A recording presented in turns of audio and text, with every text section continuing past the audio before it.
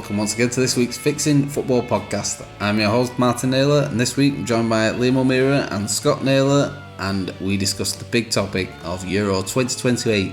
Yes, football is coming home. England are going to be hosting a tournament for the first time since 1996, and we discuss everything from the stadiums used in that bid to challenging bids and any potential challenges that we could face coming up when it all happens. So we're all really looking forward to it. I want to thank everyone who's been getting in touch recently on social media. It's been fantastic. We've seen some nice growth. Keep your eye out for the clips that are coming out soon. You're going to start seeing a couple more of them a week. And yeah, we're really enjoying it. So thank you very much. Please continue to like and share and subscribe and doing all that good stuff. It really does help. And so let's just get straight into it. Alright, hello boys. How are we? Scott, welcome back. How you doing, mate? Very well, very well. How are you two boys? You okay? Good. Liam, how's it going, mate? Yeah, good, thanks. Yeah, good to be here. Good. We've had it's been quite a good week of growth. We started getting some clips out, which is good. And we had some big news.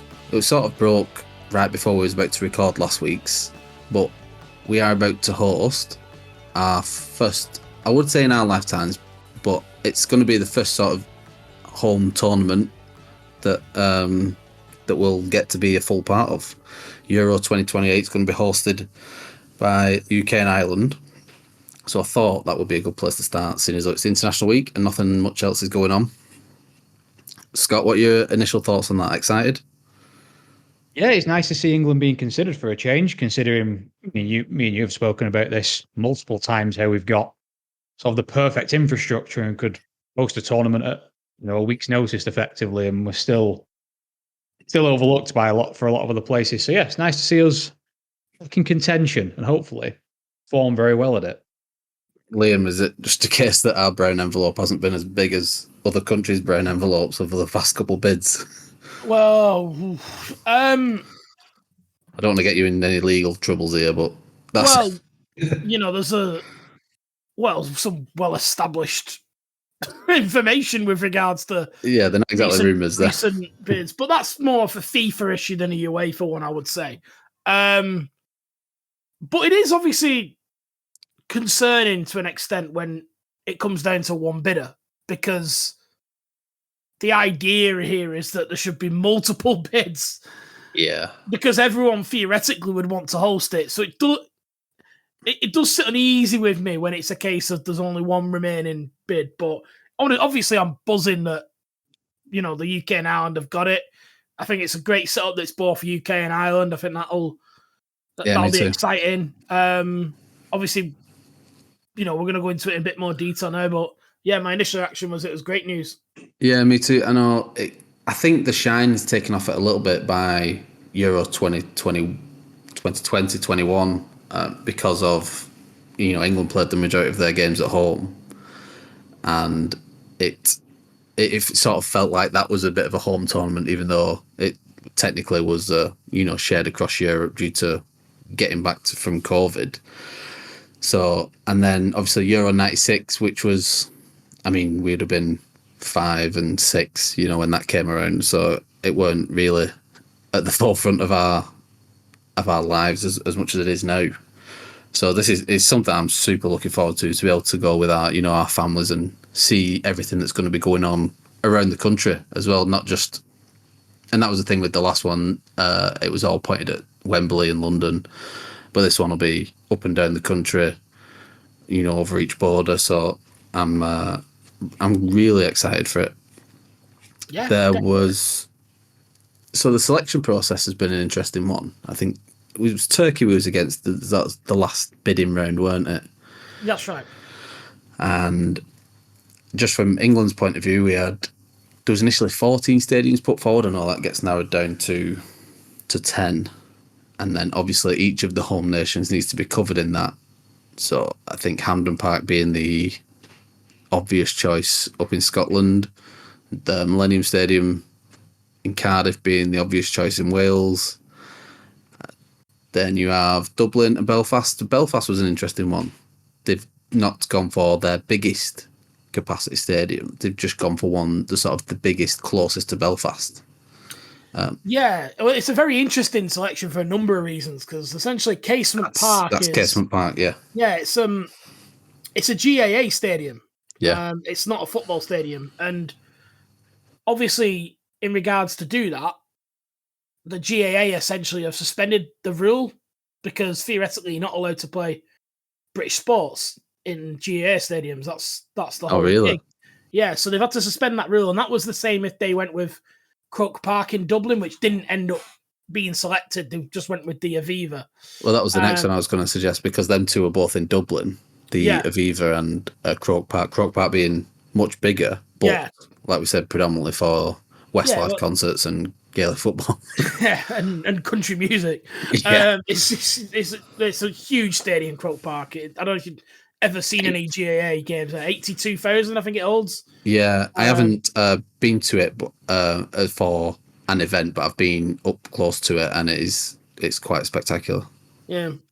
But going back onto Casement Park and in regards to why it's so significant, obviously this needs a lot of redevelopment. This isn't a stadium ready to go by any means. And Well, yeah, they're saying the proposed capacity is going to be around 35,000. yeah, I think so the largest current one is around 40 or 50,000, but that is, again, that's another GAA stadium. yeah, And that's way outside of Belfast, and I think Belfast being the main hub of Northern Ireland. well, certainly I for think football, yeah. Yeah. Certainly for football. It should definitely be in Belfast if we're talking football. But yeah, I mean, that investment into what is essentially an Irish sport, it didn't sit completely right with everyone over there, without getting too much into Irish politics. But obviously, in terms of the development and cross communities over there, I think it's a very good thing. And yeah, I like that they're all involved. I like Yeah. that it's not just an England tournament. I like that the fact and our transport system, when you come down to it, it is really good. If you look at previous tournaments, say somewhere the size of Germany or the next World Cup, which is in America, where people are going to be flying across multiple time zones and having to pick their prospective training camps quite carefully with regards to their groups and stuff. England and Ireland is set up so perfectly for a major tournament. Well, I obviously say that you obviously don't get the trains in this country, but yeah, the infrastructure is pretty good. All right, the infrastructure in theory is pretty good. In practice, it's a lot different. Scott, the next one up for debate was Anfield, and so I think one of the main choices in the northwest of England, there was two real sort of big decisions to make when it came to the bid, but there was the new proposed Everton Stadium, which is due to be finished at the end of next season, and Anfield, which has undergone redevelopment over the last couple of years, and it's going to be the Everton Stadium, which by all accounts is looking like it's going to be arguably the best stadium in the country. Not the biggest, but definitely the best looking, and maybe providing the best atmosphere. It's going to be set up really well for it. What did you make of that decision? I think it makes sense to a degree to overlook Everton Stadium to some extent, although it is going to be, a beautiful. I don't know if you boys have gone by it by any chance of being over in Liverpool, but Yeah. you go past it on the docks and you can see the kind of, it's going to be spectacular. So fair play to them for that. But I think you're going to want some historic venues at these tournaments. You can't just have all brand new shiny stadiums. You need to have some of, a bit of heritage mixed in there as well. I think you see that in other major tournaments. And I think Anfield's, because you can't have Old Trafford because it's fallen to pieces. So scrap that. And next in line, realistically, anywhere remotely close is Anfield. And the capacity is much going to be much bigger as well, I believe, anyway. I'm not 100% sure what Everton's is going to be, but I think Anfield's still going to be. Anfield is still bigger. Pipit, but Everton's is going to be around 52,000. Yeah. It's good that you mentioned. It's good that you mentioned Old Trafford there, because Liam, I think that was the other contentious decision. There's two big stadiums in Manchester, arguably the footballing capital of the country, and they've gone with the smaller, more modern Etihad Stadium with that infrastructure that's all surrounding it, and not with the largest club stadium in the country. it's an absolute shambles from Man United's perspective that has been It really is. happened. Like, this is probably, like Scott's alluded to, probably the most famous ground in the country. Like, it's essentially one of the biggest tourist attractions in the country. Like, we're talking one of the biggest sporting brands in the world, and their stadium's been overlooked for Man Cities. Like, Yep. Let's look at this as the truth. It's an absolute shambles, and I think United, top to bottom, should be ashamed of it. But you seem to talk to the people, and they're not bothered. But for someone like myself, who sort of grown up with United being on this sort of mountain of glory and everything. Everything's in the shadow of Manchester United, isn't it? Yeah, exactly. But the stadium is in a position where they're choosing Manchester City Stadium over it. It's clearly been a talking point of discussion. It's not something that just no one forgot about Old Trafford. It was clearly like, we don't want to include this for X amount of reasons. Yeah, exactly. Like, I mean, I don't know. I think United, I'd be deeply embarrassed, to be honest, if I was any of the board members at Manchester United over that decision. But no one really seems to be bothered, and I don't know why. Well, it is a joke that, like I said, one of the biggest institutions in the country isn't going to be a part of the first full sort of home nation, English, whatever you want to call it, major tournament. It's not a good look for Man United. It's really, really poor. Well, we'll stay on Man United for a sec, and I don't want to stray too far from Euro 2028, and Luke's not here to wave his green and yellow scarf around for this, but we've had some developments in the ownership of Man United over the last couple of weeks. The Qatari bids have pulled back, and it looks like in the next couple of days Jim Ratcliffe is going to take a 25% share from what I'm hearing, and also take ownership of the footballing side of the club. First of all, surely that's good news for United fans, and second of all, Liam, why is that terrible news for United fans? Well, I actually do think it's really good news for United fans, because this 25% investment in a club like Man United, you're talking multiple billions of pounds being pumped into Man United. This isn't like a small amount of money that will be pumped into the club. This transaction has to take place. You don't just become 25% owner. Like, you're going to have to put this money in that's investable funds into Manchester United. So everything that we just talked about regarding, the stadium, which is falling to pieces, and the training ground that looks like Rocky Balboa would train in it. Like, all these things can now be addressed because they're going to have an influx of huge money into the club. And okay, they don't get the Qatari owner that can spend endless wealth on players, but buying players is not Man United's problem. They can it's not at all. Players. I don't know what you think, Scott. So we've seen the reactions over the weekend. Oh, Man United have finished. It's over for us. We're stuck with this Jim Ratcliffe guy, which is hilarious for us. I love seeing that shit. But I think it's more United fans are getting more worried about the optics as opposed to what it actually will mean for the club moving forward. So they would the football inside is where they need the work. So it's great that Jim Ratcliffe and his his businesses are going to sort of have more involvement in that side of Man United. Because commercially, United haven't done that badly under the Glazers. Let's be real; they've still managed to be one of the biggest money spinners in sport. But the optics is that the Glazers are still there, isn't it?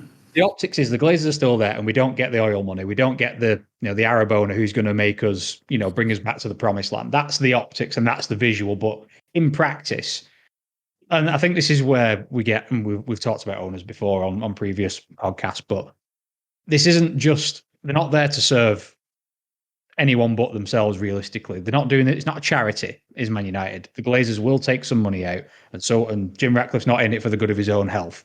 He's there to make some money out of it.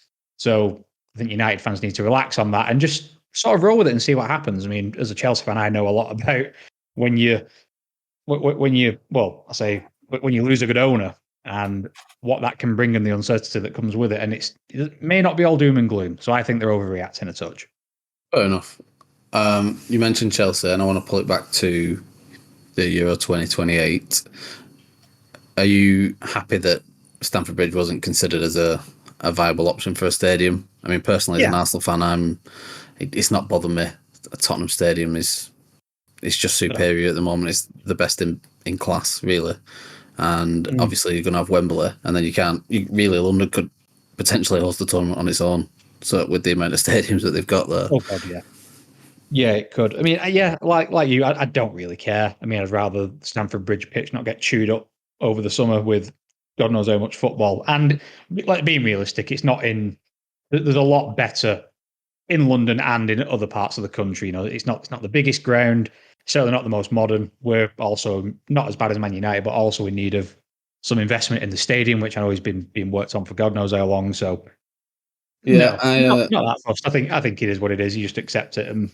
sort of selfishly, I would like to see England play at the Emirates, but really, it's not something that I care about that much. So, the other point of this is the qualification process for this, which has been quite interesting. And Liam, I'm interested to know what you think. But so usually the host nation qualifies automatically, and they will just play friendlies while everyone else is qualifying. Blah blah blah. But in this scenario, there's 5 host nations, so there's talk of UEFA only letting us have 2, and then there'll be 2 qualification spots, and that is, and when that is decided, is still up for debate whether it's afterwards or. Yeah, my understanding, and I don't know if this has been formal. I don't think there's anything formal yet. Yeah, I think what the proposal is that all 5 go into qualification with 2 spots there if they're needed. I think that's how it's going to be approached, which to me would make the most sense, because how would you divvy those 2 places out? It's impossible. Obviously, England, I imagine, would probably step aside. Well, that was a chat. England were going to step aside, and I assume Scotland probably. I imagine England stepping aside was part of any agreement with these other FAs, to be completely honest, because England but I think England would have struggled to win this on its own with what happened, like some of the events at the last one, like the final and things like that. So there was a lot of bad will with England. So I think the other countries being involved strengthened the British bid and Irish bid. So yeah, I personally, I think the best approach is for all 5 to go and try and qualify with those 2 spots, which will probably go to the 2 Irish countries in the end. That's what it's probably going to look like. And I think Wales are really they've come to the end of their golden generation, if you will, and maybe trying to get some people through. So I'd be interested to see how they go in that process. But we are 5 years away from that, really. So there's a lot to be discussed, and that leads me on to, if you look at our current crop, our current England squad, they're well set up to still be, the majority of them still be around when this tournament comes up. Is there any? Do you think there's more motivation now for young talent to break through into the squad because it's going to be a home competition? Yes, I mean it's going to be tricky because we're very likely not going to have the same manager as we do now. So I think that's going to play a role, because I think at the moment, it's been well documented.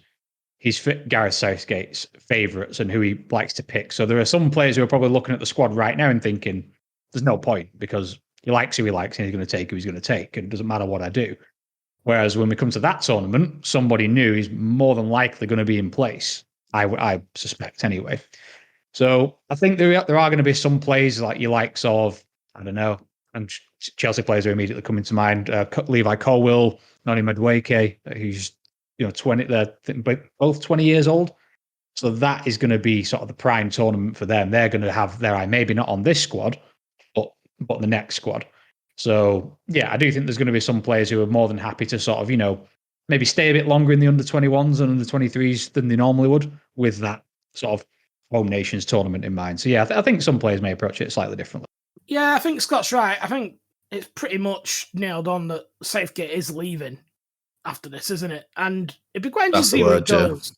Quite interesting to see where he goes, but I don't want to sort of take us in a different direction. But Yeah, I think it would be an extra motivation. I think we were talking just before the podcast, Martin, obviously, while we're recording, England under 21s are playing, and it's an absolute talent in that squad. It's The unbelievable. depth of talent is crazy in it at the moment. It really is. Like, so who knows who's going to be sort of front and center by that? And, you know, I look at particularly Anthony Gordon as someone who I think in that period is going to be someone who probably be front and center, but you never know. Like, If you look at the current squad, like the current squad, you like Bukayo Saka will only be 27 when this tournament comes around, and Declan Rice will just be touching 30, and Harry Kane will probably still be going if he's available. Phil Foden's super young. Jack Grealish will still be around if they're all. So there's a lot of football left in these players with England, and it feels like they've been around for ages already.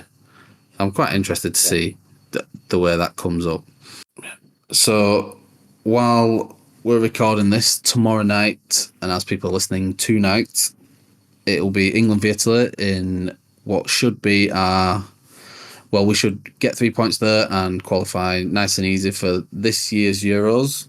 Sorry, next summer's Euros, but this season's Euros. Scott, what have you made of the qualifying process and the current England setup?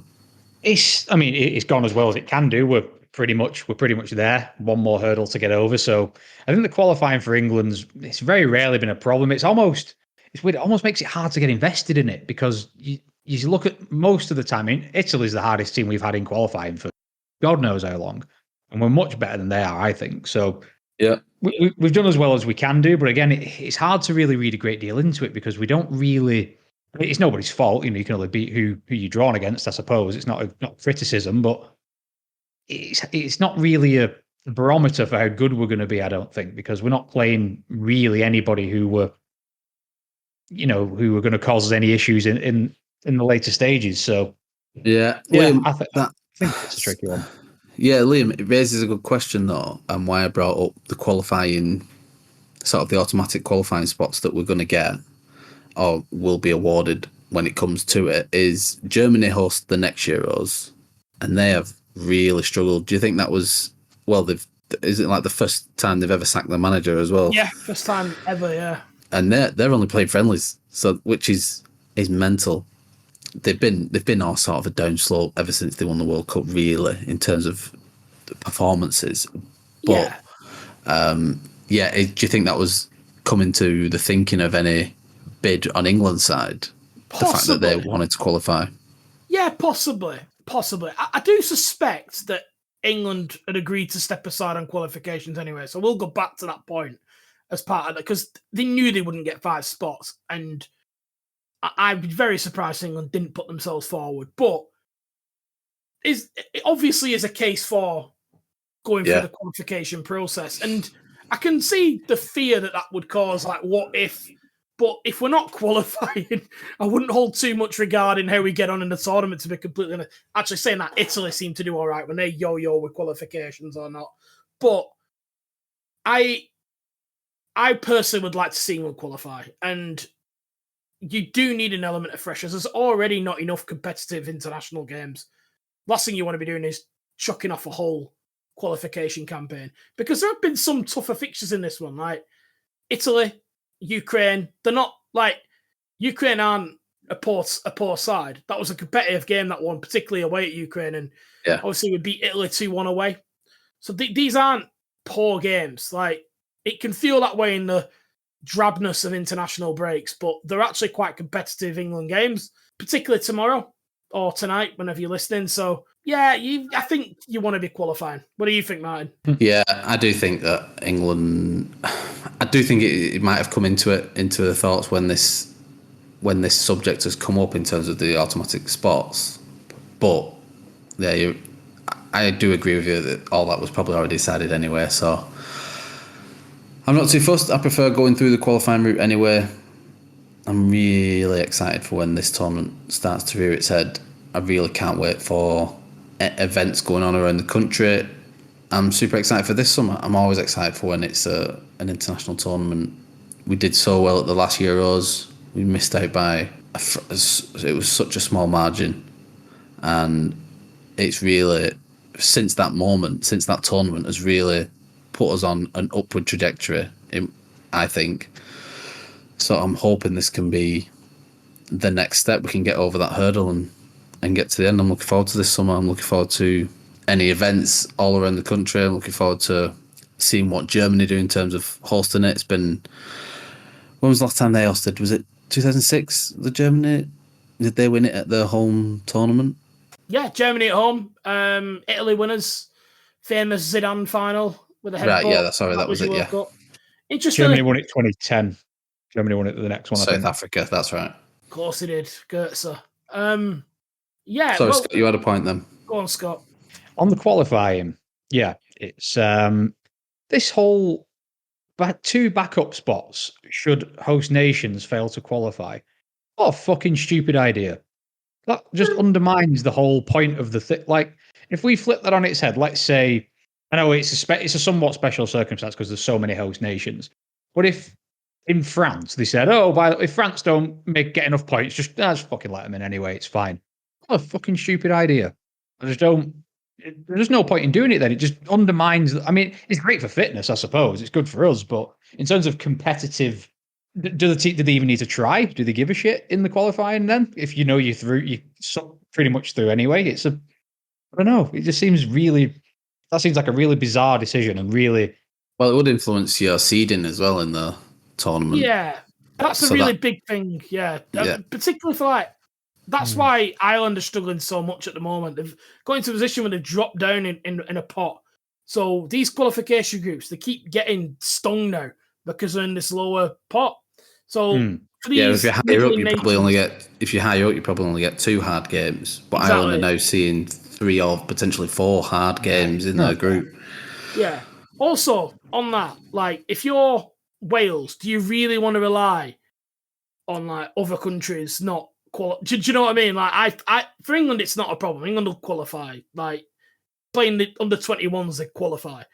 But it's quite conceivable that 3 might not qualify, I think. Particularly Wales and the 2 Irish countries. They could not qualify. And you could be the one that misses out. I think there is still some jeopardy for them. Well, yeah, you're probably right, to be fair. I still think it's a stupid idea, but yeah, one of them wouldn't be shocked if, you know, Wales. It wouldn't be more than what. I do think at least one will miss out. Yeah. So that rounds us off nicely. Liam, quick prediction. Who's going to win Euro 2024? England are going to win Euro 2024. The only team that can stop England is France, and they came up against them in the World Cup. I strongly believe that if England had got through that game, they'd have won the World Cup. Me too. I think, and so for me, I think now, with the rise of certain players in the squad and where England are now and how battle hardened, I think they beat France now if you play that game again. So, yeah. Scott, your team? Heart says England. Head says France. Very tricky one. I think that's going to be the general consensus around. I think, and until we play France on that day, whether it be the final or the last 16 or whatever it is, I think then we'll know who the prospective winner is going to be. I don't know if you guys. Sorry, just to say on that, I don't know if you guys think this as well, but there seems to be a thing where the fan psychology when we come up against a France, a Germany, a Spain, whoever, we kind of think we psych ourselves out of it more so than anything else. Like, we don't seem to. Can't remember really the last time we came up against a good team in a major tournament and really, really did something. It's just I feel like we kind of the fans Jedi mind trick ourselves into thinking we've already lost, and I feel like it bleeds through to the players, or maybe it bleeds from the players to us. I don't really know how it works, but we never really seem to do it, and I don't really know why, because we've had a lot of good teams over a lot of years. I think that's eased up a little bit. I think beating Germany in the Euros here kind of dusted that off a little bit. Yeah, I think that was a big one. I think with France at the World Cup, it's just France, and that game was on a knife edge. If Harry Kane scores that penalty, it could be a completely different game. But I wouldn't want to take a penalty in the last 10 minutes of a World Cup quarterfinal. So I'm not blaming massively for missing it because his heart rate must have been unbelievable. Yeah. But so whatever, right? But yeah, like France, they are the two best teams in the world for me right now, England and France. I agree, and I'm looking forward to seeing what gets up. There's still going to be lots of questions over squad selection, but we will get to that when all that is announced. Boys, thanks very much for tonight. We'll thank you everyone for listening. We're slowly seeing a good increase on numbers. Like I said, the clips are going out now, so please do interact and comment and like and share wherever you see everything. If you want to leave us any questions or any good topics that you think might be worth a discussion on here, please let us know. Anything you can comment a bit. Much appreciated, and we'll respond to everyone that we can. Especially positive things. Yeah, positive things. If you're an Aston Villa or a Luton fan, keep it to yourself. But the rest of you've all been pretty sweet, especially Wrexham fans. Been really, really cool this week. Yeah, they were. And we weren't necessarily just like praising them either. I thought it was quite a balanced thing that we said. Whereas with Aston Villa and Luton, it was just all, you virgins in your bedrooms.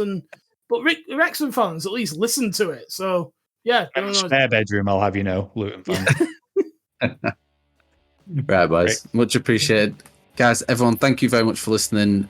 Be sure to check out all of us on social media. You can find all information at www.fixingfootball.com. Liam, where are we at on Twitter? We are over 220 followers now on Twitter, or now known as X. And what is our handle? At Fixing Football. Lovely stuff. Scott, much appreciated, mate. Boys, I'll catch you all soon. Cheers. Bye, everyone.